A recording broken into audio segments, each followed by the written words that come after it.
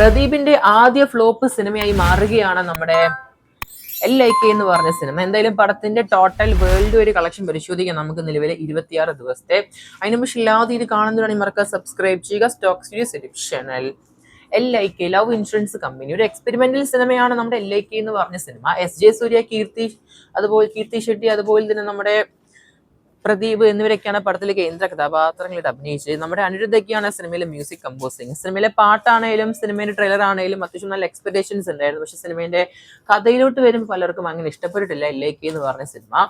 എന്തായാലും അതുകൊണ്ട് തന്നെയായിട്ട് സിനിമയ്ക്ക് നല്ലപോലെ കളക്ഷനിൽ കുറവ് കാണാൻ സാധിച്ചു. എന്തായാലും പെട്ടെന്ന് തന്നെ ഒരു മാസത്തിന് മുമ്പ് തന്നെയായിട്ട് ആമസോൺ പ്രൈം സിനിമയുടെ OTT റിലീസും നിലവിൽ പ്രഖ്യാപിച്ചിട്ടുണ്ട്.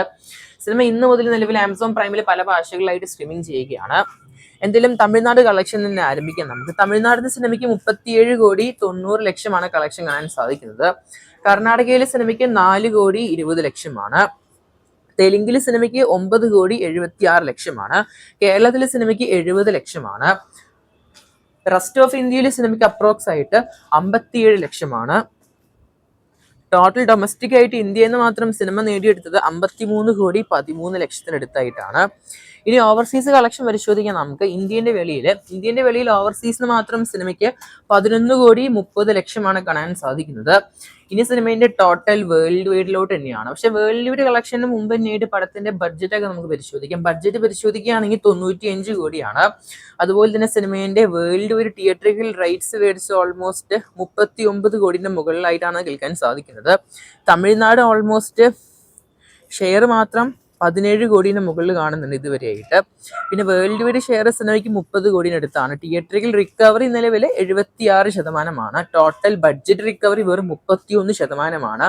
അതും 26 ദിവസം കഴിഞ്ഞിരിക്കുകയാണ്. സിനിമയാണ് OTT റിലീസും ചെയ്ത് തിയേറ്ററുകളിൽ സിനിമ വലിയൊരു ഫ്ലോപ്പ് നേരിട്ടിരിക്കുകയാണ്. ഈവൻ ബഡ്ജറ്റ് പരിശോധിക്കുകയാണെങ്കിലും ഓൾമോസ്റ്റ് 31% മാത്രമാണ് കാണാൻ സാധിക്കുന്നത്. ഓൾമോസ്റ്റ് 10-9 കോടിയുടെ വലിയൊരു നഷ്ടമാണ് സിനിമേൻ്റെ ഈ ഡിസ്ട്രിബ്യൂട്ടേഴ്സിന് ലഭിച്ചതെന്ന് സത്യം പറഞ്ഞാൽ തിയേറ്ററിക്കൽ ഫ്ലോപ്പ് ആയതുകൊണ്ട് പറയേണ്ടി വരിക. എന്തായാലും പ്രദീപിന്റെ ആദ്യ ഫ്ലോപ്പ് സിനിമ എന്ന് വേണമെങ്കിൽ പറയേണ്ടി വരും. എന്തായാലും പടത്തിന്റെ ടോട്ടൽ വേൾഡ് വൈഡ് കളക്ഷൻ 64,43,00,000 സിനിമയ്ക്ക് 26 ദിവസം കൊണ്ട് കാണാൻ സാധിക്കുന്നത്.